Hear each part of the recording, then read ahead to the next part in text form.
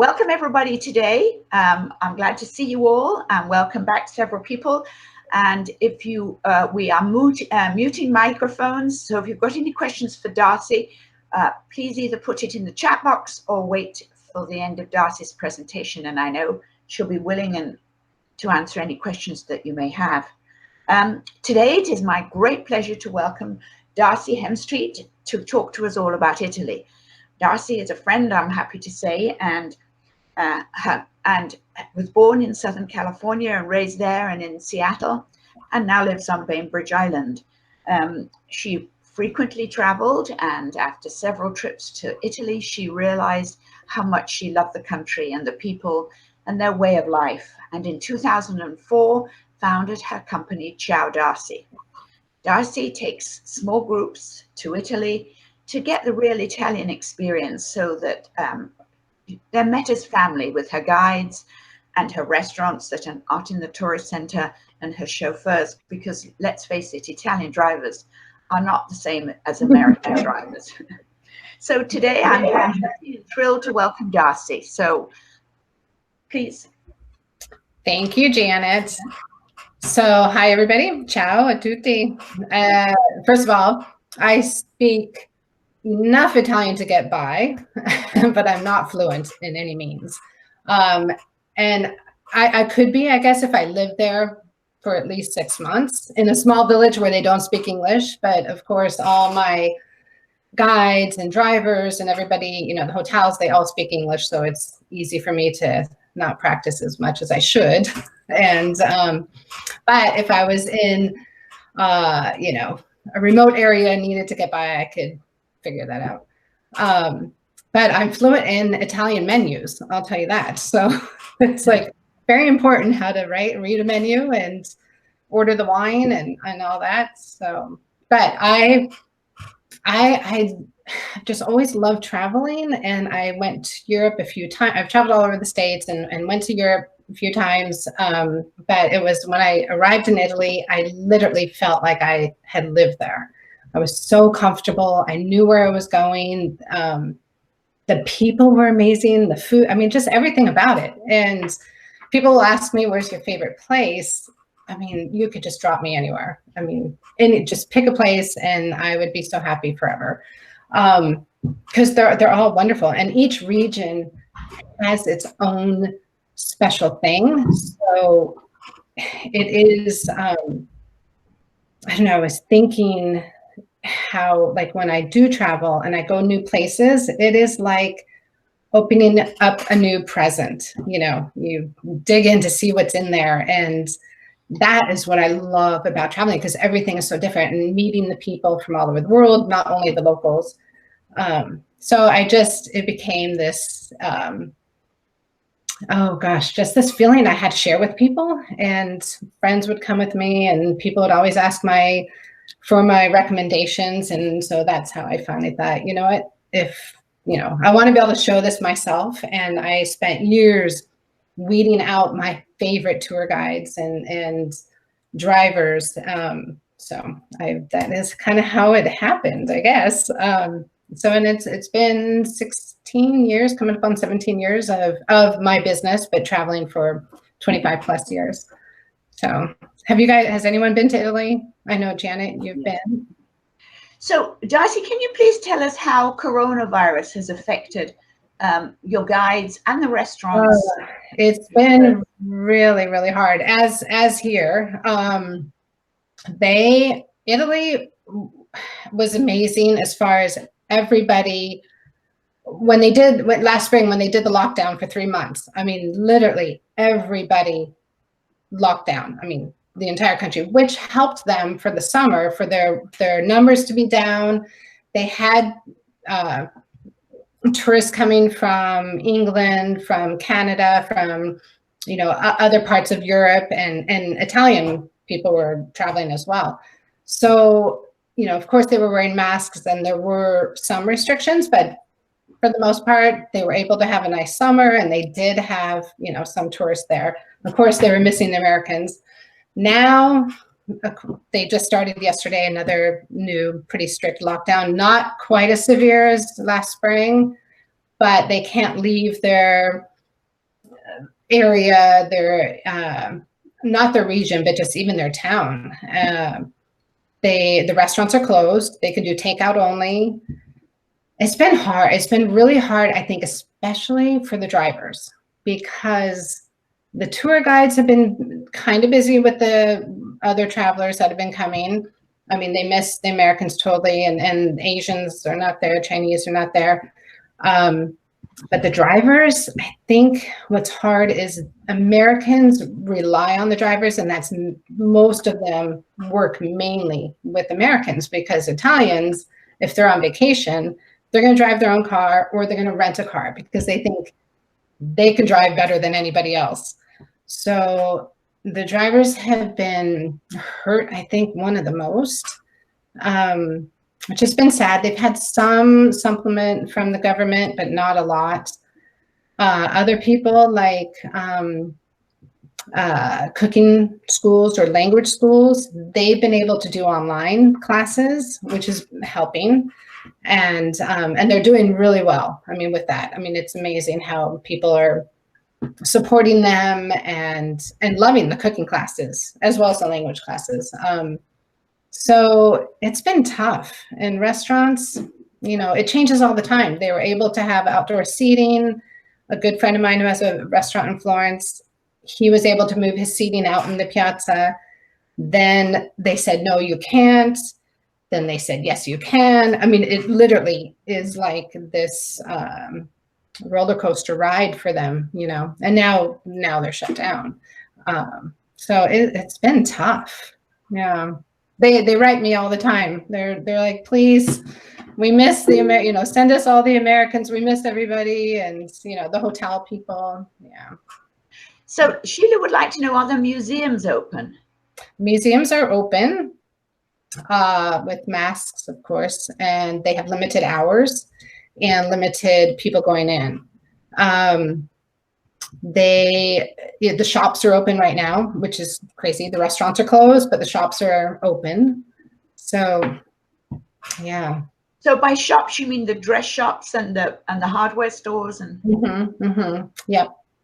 Yeah, shops are open. And you can leave your home if you have to travel to go to work, or if you have to go see a sick one. I mean, there's definitely more, the restrictions aren't, again, as difficult as they were in the spring, but it might be heading that way. I mean, it's, again, I mean, every day you can go on and look, every day it's changing. So in Paris, because I also plan trips for France, Paris, I just spoke with a friend yesterday, and they're, you know, complete lockdown where they can only go outside for 1 hour a day for their shopping or their exercising. But she does, she's a tour guide, but she's giving online French lessons, and she feels more comfortable now having gone through the 3 months, and she's just going to, you know, not, she's going to take it in. Like she said, she's going to read a book and really read it, and, you know, just know she has to get through this phase. So it's hitting, I mean, all of Europe right now. Yeah. So Darcy, what is your, you might not have a favorite area, but which area have you been to the most in Italy? The Florence area or the lakes or? Well, so there are 20 regions in Italy, and I've been to 14 of them.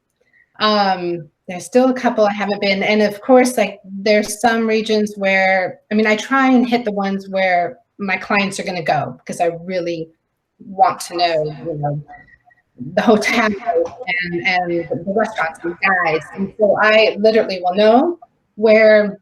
I think of like a regular travel agent who can sit in their office and send people all over the world and have never left their office. I mean, this is what I chose to do, is, know one country like the back of my hand, and know the people and know the hotels and the streets and everything. So the regions I haven't been to are mainly because I haven't had huge requests for those areas, but I still want to go, because I want to hit everywhere. Now, as far as my favorite or the most I spend, I would say, I mean, when I am there, I base myself in Florence because most of my friends are there and it's very centrally located. So when I'm there for 2 months, then I can just take the train anywhere and meet a group for a tour because it's very easy to get around.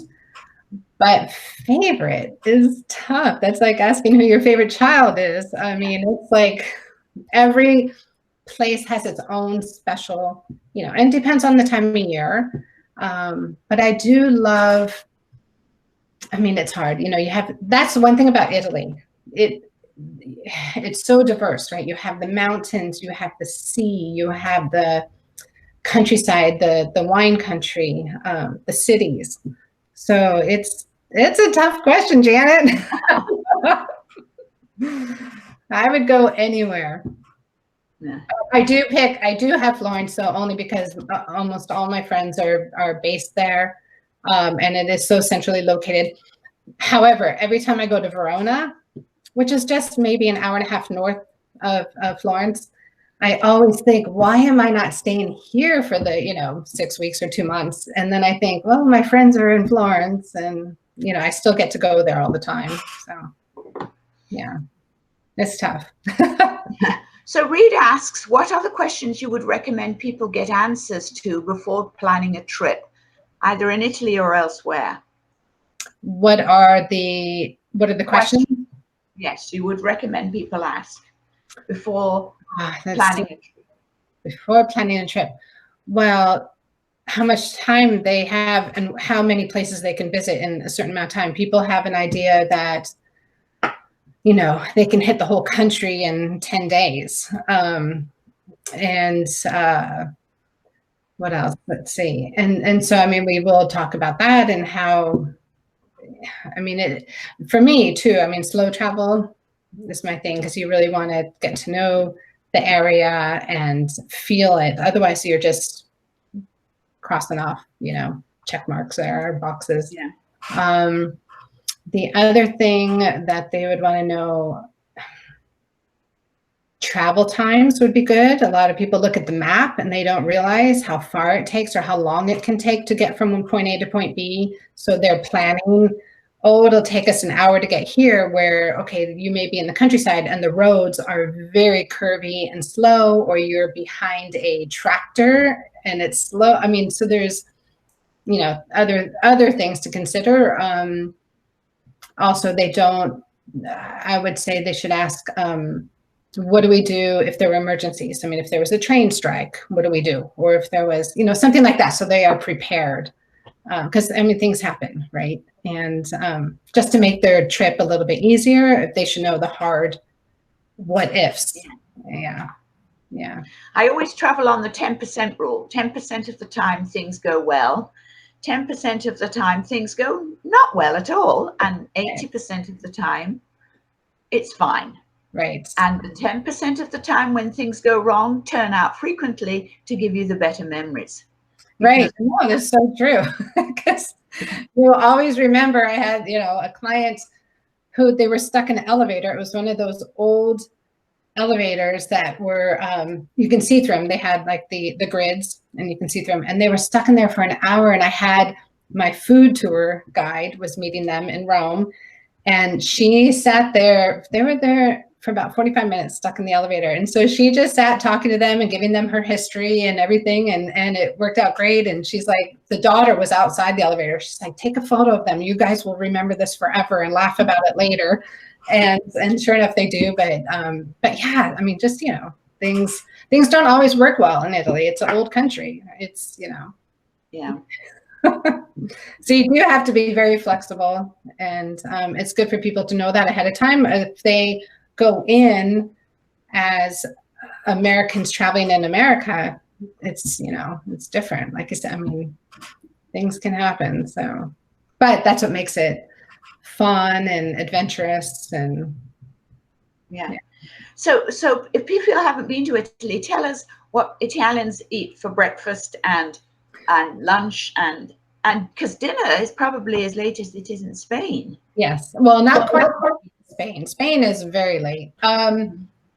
And they're eating probably a little bit earlier now than they used to. I mean, they're still, you could be at a restaurant. Well, I do tell clients ahead of time when they go to a restaurant that I've made reservations or I recommend. And I said, if they have children, especially, they're eating earlier. So 7:30, restaurants open probably 7:30. So if they go and the restaurant opens and it's empty, it doesn't mean it's a bad restaurant. It just means the locals are not eating yet. I mean, by the time you're done eating at 9:30, they may just be showing up. You're going to be eating with the Americans because that's when we eat. So it doesn't mean it's in restaurants. Do you know what I mean? But for breakfast, they always have a little sweet, like a little biscuit and their coffee. Not a lot. That's they don't eat eggs. They will just, for the ones working who are not at home, they stop always at a cafe and have their croissant and their, a coffee. But even at home, the kids will have a biscuit and something, with their milk or something. Lunch is usually pasta and a glass of wine, and then dinner. Yeah, and they don't snack a lot between meals. Yeah. Mm-hmm. So in Italy, when you go into a restaurant to order an espresso, you can either order it from the counter or you can sit down. Right. And you sit down, money. So the locals all stand at the counter and they're there for like 2 minutes. They order their coffee, quick drink of their coffee, and 2 minutes of the local gossip, and then off they go. And so, which is great. But if you sit down, you have to pay more money, which is fine. I mean, if people do that because they want to sit longer and discuss and talk, but the Americans might not know that and don't understand like how much more it is to actually sit down in a cafe. Yeah. Yes, it's like train tickets. You get a train ticket and then you have to pay for a seat. Exactly. Oh yeah, I think I made that mistake so many years ago. I mean, it is a learning experience, and it's funny because my clients, like, I've had clients who I've planned trips for 3, 4, 5 times, or they've been on and I feel like they know it now. After 5 times they've been, and I've planned this trip for them, and everything is, in order. And I'm thinking, oh my gosh, you guys know the rules now. And like, oh no, we still want you to do it. We just want that packet and off we go and we don't have to think. But yes, now we know. And they tell other people. So they'll see somebody on the train who didn't stamp their ticket, let's say, for a regional train. And so they're getting fined, and they'll be like, oh my gosh, well, they're trying to tell you that you're supposed to stamp your tickets. And so they all feel like they're in this like higher power that they know everything. And Yes, not only in Italy, but everywhere else. You have to stamp your ticket. And yes, it's hard to remember that. Well, and people don't know, traveling agents, when you book your train or book, they don't tell you those specific things. Only, I mean, had you experienced, you would know. Yeah. But they expect you to know. They expect you to know, right? So tell me, in various areas of Italy, like the lakes, they eat different. What are specialities of, say, the lakes as opposed to Venice, as opposed to Florence, as opposed to Rome? The lakes probably more like risotto, a little bit heavier, and maybe a little bit more starchier foods. Venice, definitely seafood, all kinds of fish. Then Florence is one of my favorites, and it's a lot of meats. I mean, they have other pastas are incredible, but that's where the bistecca di Fiorentina is, the big steak. A lot of grilled meats. They don't do a lot of sauces. It's very natural, I guess, just grilled with olive oil. Rome, very much pasta. And then again, down in the south, more fish and that kind of thing. And one of the areas I've been to recently a few times now is Puglia, which is just known to Americans, and the food there is incredible, and it's so inexpensive. I had a plate of grilled fish one time that here in Seattle would be, I can't even tell you how much money. I mean, it would be very expensive, beautiful restaurant. And this huge plate of grilled fish was 10 euros, so like $12. I mean, it was so incredible. Yeah. But yeah, the food is definitely, I've been a foodie my whole life. I mean, since I was a kid, for some reason, I've always loved food. I've always loved restaurants. And I have to say, the food is really, you know, especially when you go to some of the small mom and pop kind of nonchalant little restaurants, cafes, you're going to have such excellent food. And so we were there last Christmas. Tell us what special foods the Italians have at Christmas. Oh my gosh. We had, so Christmas Day, I was with, I think there were 8 of us for lunch, and it was a 4-hour ordeal. Incredible. And in a room with another table with probably 15 or 20 family members. And the food just kept coming and coming. I mean, there must have been 3 different kinds of pasta. They're antipasti first, pastas, and then we had chicken and steak and then just desserts. But in the meantime, I mean, 4 hours, because people would get up and they would take a stroll and they'd come back. They would, you know, it was incredible. And then we actually had 2 hours off and went to dinner. It was so much food. But the Christmas time there in Florence, I have to say, I mean, I can't compare the Christmas markets to Germany or Austria, because I know those are incredible, but there are some very well-known Christmas markets in Italy. Verona has a huge Christmas market, and there must be like 500 booths of things. And the further north you go, obviously there's more Christmas markets. But Florence, and if you could look, and I will post some pictures soon, like on my Instagram, of last year's Christmas in Florence, the decorations, I mean, I've never seen so many decorations in my life. Every little street, not just the big ones, the little ones, lights are strung everywhere. Buildings are completely lit in lights, life-size Christmas ornaments on the streets. So everything is bright and cheery, and I mean, it's just beautiful. Every the same way. Every town decorates, you know, they go all out. Do you think that's because the Italians tend to live in smaller houses and more apartments than they do here, and so the outside is their living room, right? I think that, but I also think they just have such a spirit, and they don't have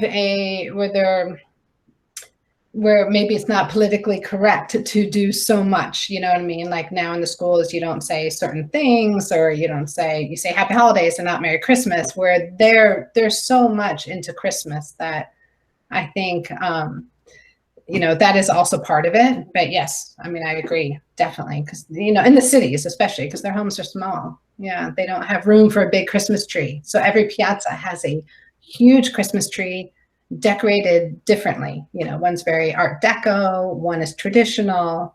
Yeah, it's like an outdoor museum, you know.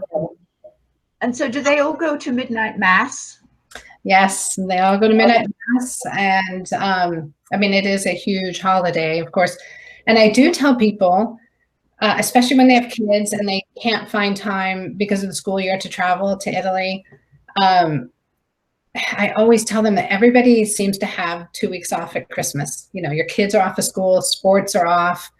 And Christmas time is the best time to travel. You know, obviously you're not going to the sea and you're not gonna be laying out in the sun, but everything is, it's just, the temperatures are pretty mild and usually very nice in December.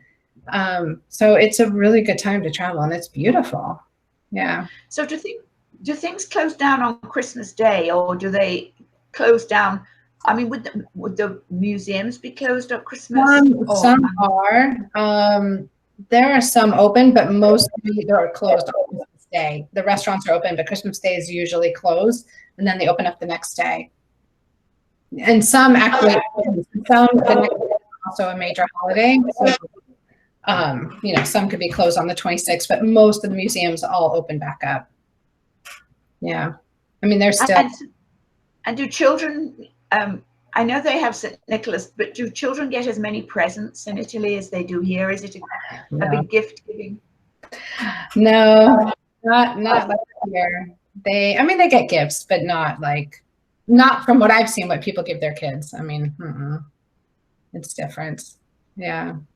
I was always a big believer in giving travel, you know, as a gift for my kids. Let's go to that instead of something like they're going to play with and then throw away, you know. Yeah. And I think, but Italy, yeah, they don't do huge gifts. But they, yeah. And what about New Year's?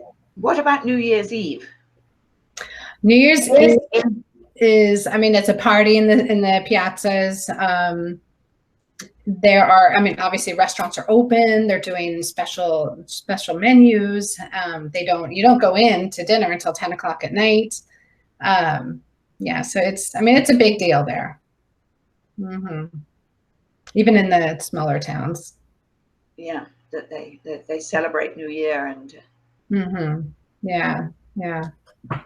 No, it's nice. I do have. I could share some photos that I have on my website. See if I can see that how would be good. Let me see here. Okay.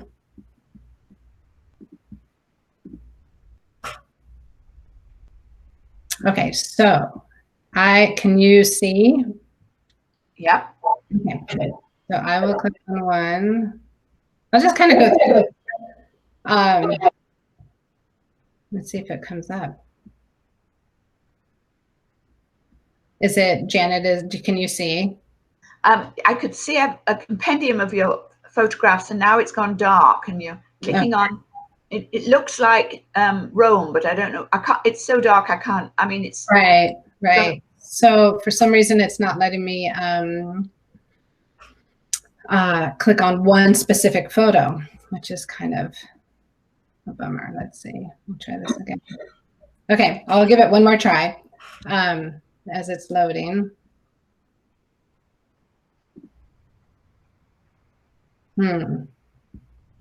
Well, oh, there we go. Can you see that? There we go. Okay. Yeah. So everybody knows where that is or not? That's Blue Grotto, right? Blue Grotto. Yeah. In Blue Grotto. Yes. That is incredible. I had the experience after being there so many times. For the first time a couple of years ago, I was able to swim in the Blue Grotto with a friend when it was closed and nobody was there. And we turned around and we had our little noodles, our little floaty things. And I mean, it was such an experience. I could not believe it.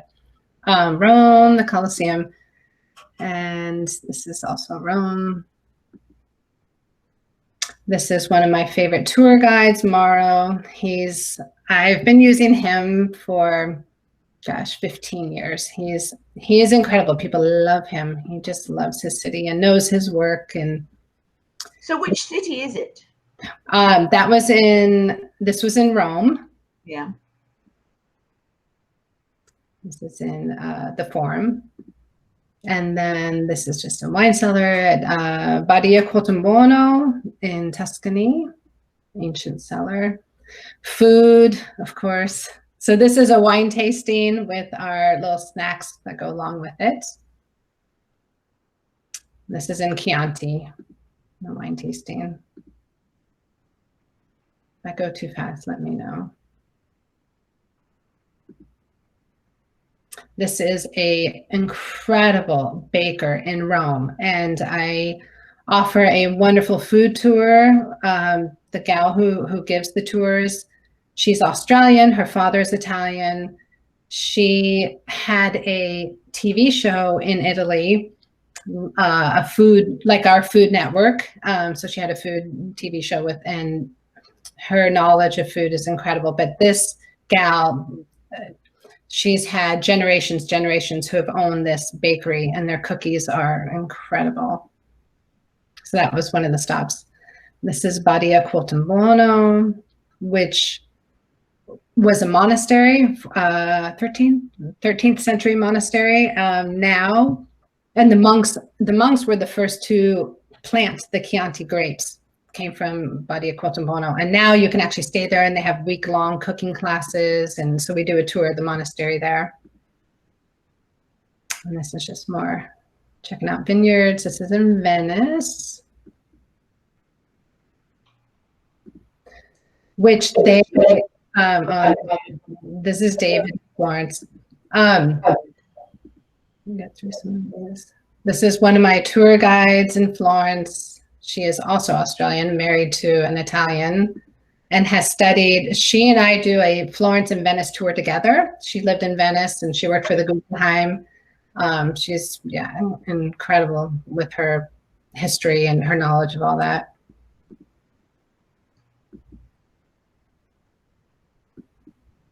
Darcy. Yes.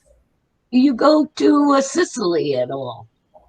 That's one of the 4 regions I've not been to, but I've sent people there. And the thing is, I send people there, most of them have family, which is why once they get there, they're them around and does their thing.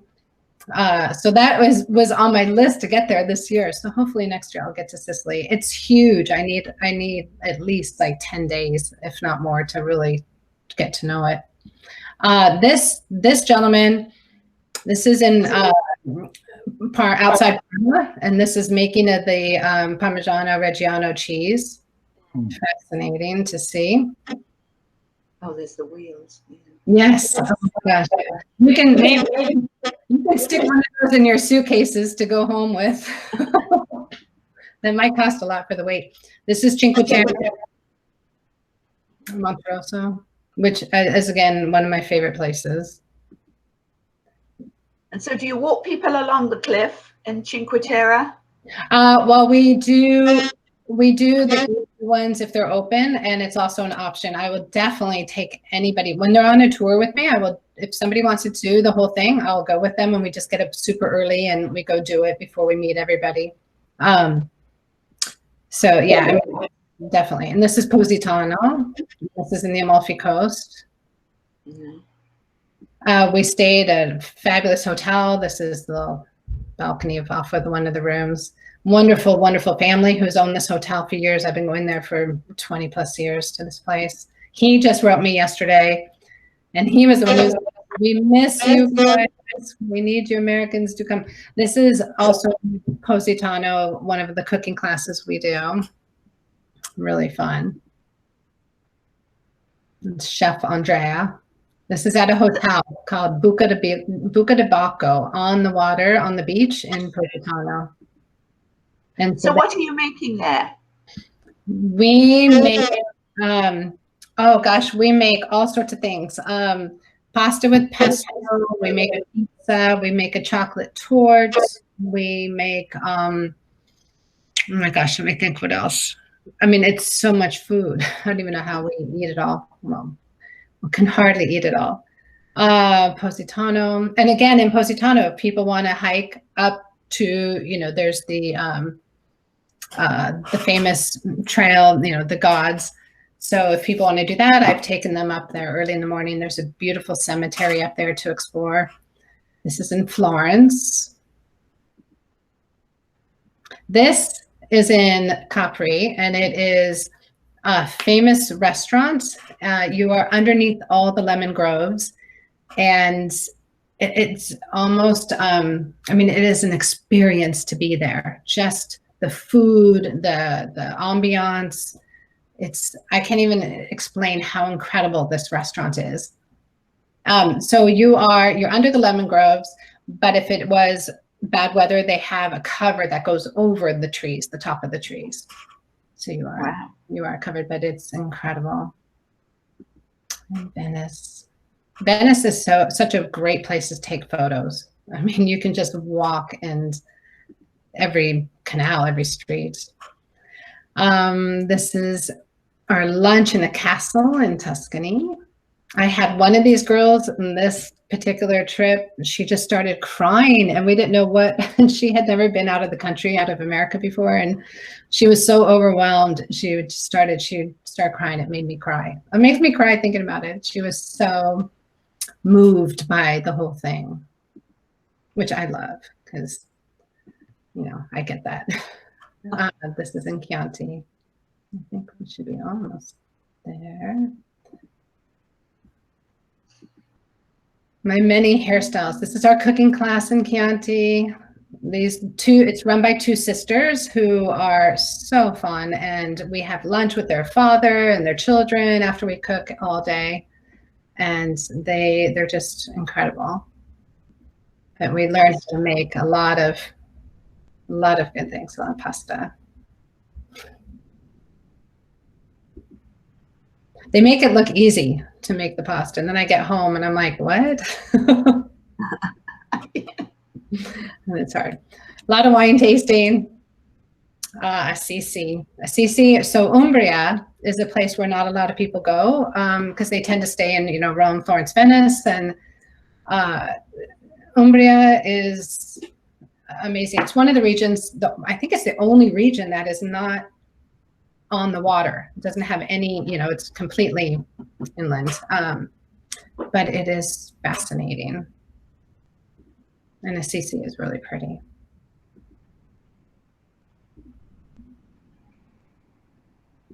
That's Florence. Florence, Chianti. A lot of eating and drinking going on, I guess you can see. That's in Florence. That was after a cooking class. So one of my favorite times of traveling is at dinner, because then we discuss, you know, our favorite things that we saw and what we did during the day. That's always fun. This is in the Amalfi Coast. That's in Ravello. How long is your tour for? They last 7 nights, 8 days. And we do, this is Vittorino. Vittorino, his daughter owns the restaurant in Capri that's under the lemon groves. He has lived his whole life there, and we go on a boat tour with him around the island.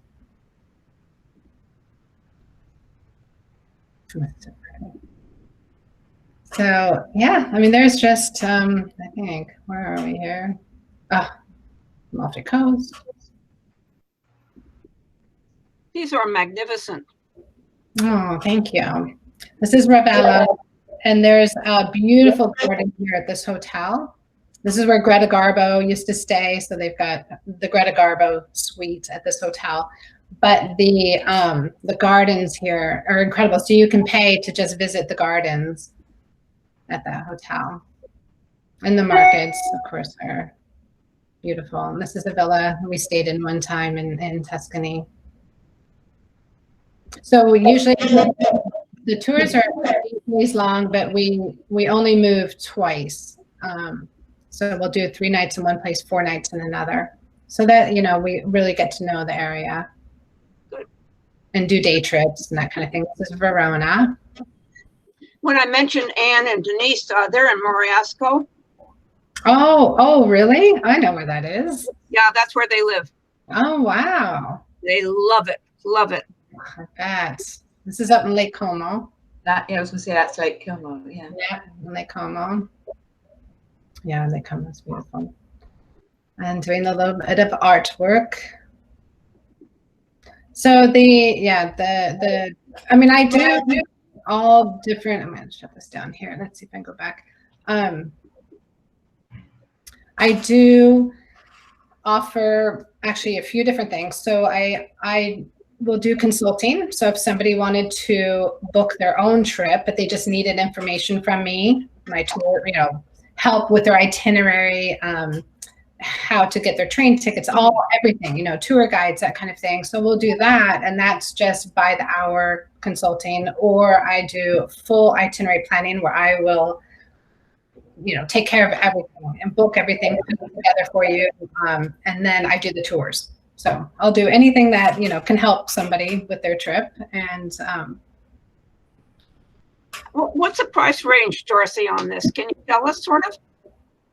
so for the tours are generally about $4,200 a person, and full itinerary planning is about $1,500. The consulting is about $140, I think it is, an hour. So the $4,200, that includes the hotels and the plane ride, everything? Everything except for your airfare. Mm-hmm. Your food, your hotels, tours, transfers. Mm-hmm. So yeah, the airplane, did you say? Yes? No, everything but airfare. Okay. Yeah, and we meet at the hotel the day the tour starts. Oh, gosh. Yeah. People are coming over, and so we meet there. And so many people use their miles or different ways of getting there. Right. Yeah. You broke up there, Darcy. Do you meet people at the airport? If people needed, no, I don't personally. We meet at the hotel, but I will arrange for drivers to meet people at the hotel, at the airport, to bring to the hotel. Yeah. Mm-hmm. And we stay in incredible, small inns, or, nothing huge. I'm a believer of trying to find something that represents that region, that area, and quaint, charming. Yeah. You're not staying in the Hilton. We're not staying at the Hilton, and we're not staying at the Marriott. No. No, we're staying with the families who we get to know, and they feed us well, and we hear their stories. And yeah, it's vineyard wineries. A lot of kind of, I guess you would say, bed and breakfast, but kind of place, but like on somebody's winery, and have dinners there. Yeah, they're unique. It's unique. Darcy? Yeah. This is Vanera. I want to tell you a little story that in 1937, my father brought me to Italy with Mom, and I was able to walk down on the bottom floor of the Colosseum then. Oh my God. They allowed us. I thought that was a piece of interest that you might have. That is. It just was wooden floor. It was really interesting. Of course, I didn't appreciate it till I got to be an old hen, but I know. Well, we never do as children. Oh my gosh, that's incredible. Yeah. That is nice. There's, I think even, and I've taken my kids to Italy several times, and I think the first time they were about 9-10 years old. And they remember also, everything. They talk about it still. So I think, it's just, well, you learn in school, and then when you see it firsthand, you're just like, it's just a different feeling entirely. Completely. Yeah. One of the things that I have learned through the traveling is that Americans need to leave America back home. Mm-hmm. And come and be in the country you're in. Mm-hmm. Oh my God. Absolutely. You'll enjoy it so much better. Yeah, I agree. That is exactly it. Everybody needs to know that. Yeah. Oh yes. How do we get in touch with you? So Darcy, this is Darcy's webpage. My website is ciaodarcy.com. So CIAODARCY.com. And on the website, you can read all sorts of stuff. You can contact me. If you have any questions, gosh, feel free. If anything, if you want to discuss Italy, I'm happy to talk with you anytime. It makes me feel good to discuss it. So, yeah. But thank you, everybody, for having me. Yes. Oh, well, you're very welcome. It was fun. It gave us some incentive to think about what we can maybe do next year, and give us some dreams too.